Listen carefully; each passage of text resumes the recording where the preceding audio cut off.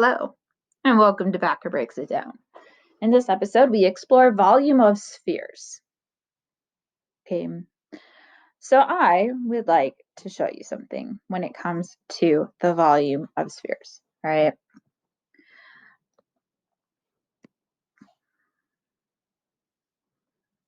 So what you're seeing here is a hemisphere and then a cylinder, and this cylinder, oops, sorry about that.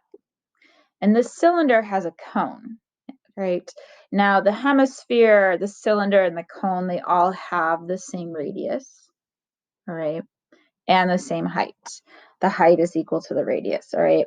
So notice what happens when I do this, okay? So what do you notice? What do you wonder?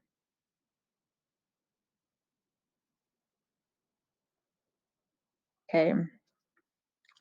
So imagine as I'm doing this, all right, the hemisphere and then the space surrounding the cone, but within the cylinder is filling up with water. Okay. So what I'm noticing is that the amount of water in the hemisphere is equal to the amount of water that's in that space in between the cylinder and the cone. Okay.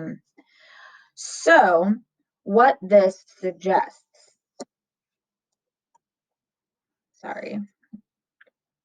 So what this suggests is that the volume of a hemisphere is equal to the volume of a cylinder minus a cone with the same dimensions, okay?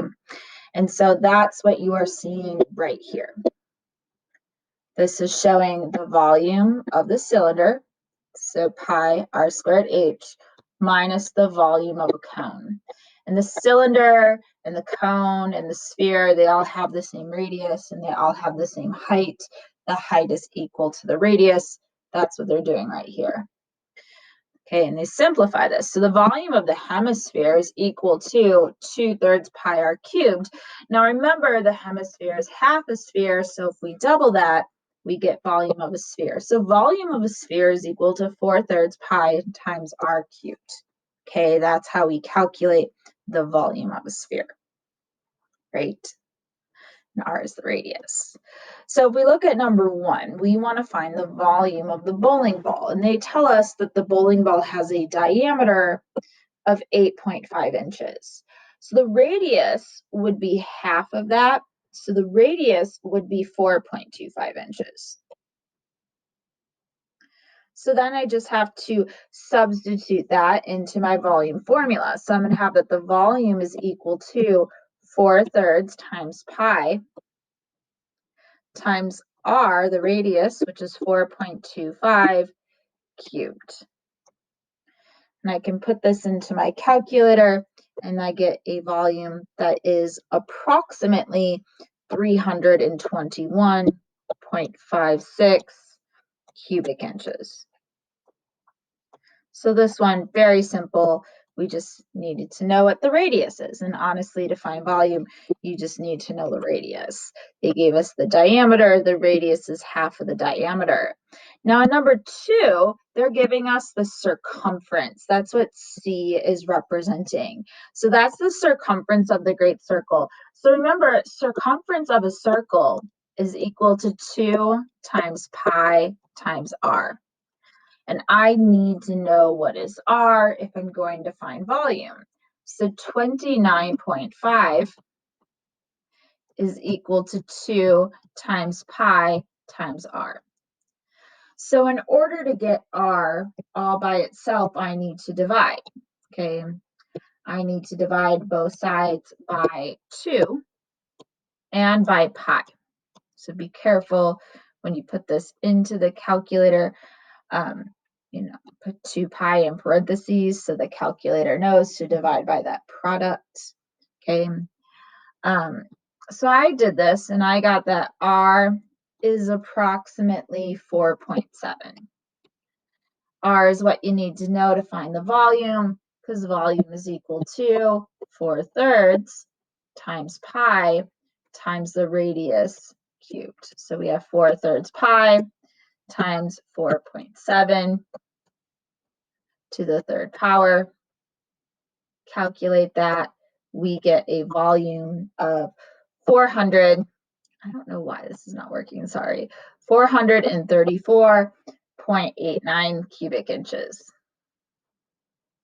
Also a mess, isn't it? I really apologize. Okay, so that's how it all comes down to, like, what is that radius? We need to know the value of the radius, so do the necessary math to find the value if it's not given to you directly.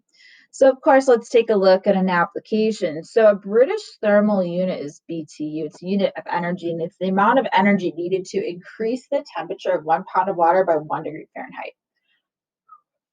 A spherical gas tank has the dimensions shown. So it has a diameter of 8 feet, which means that the radius would be 4 feet.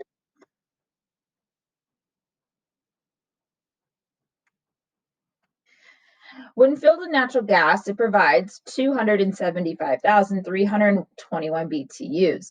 How many BTUs does 1 cubic foot of natural gas yield? Round to the nearest BTU. So we first have to find the volume of the sphere, and that's easy to do because we know what the radius is. So volume is 4/3 times pi times the radius cubed. Okay, and so this is approximately 268.08 cubic feet.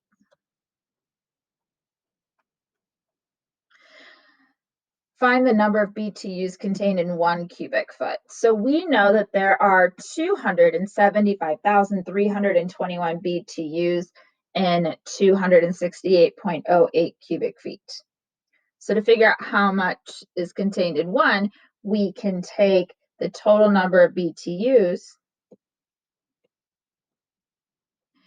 and we can divide that by the total volume of 268.08.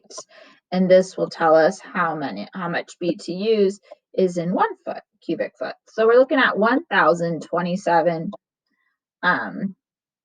1,027 BTUs contained in 1 cubic foot of natural gas.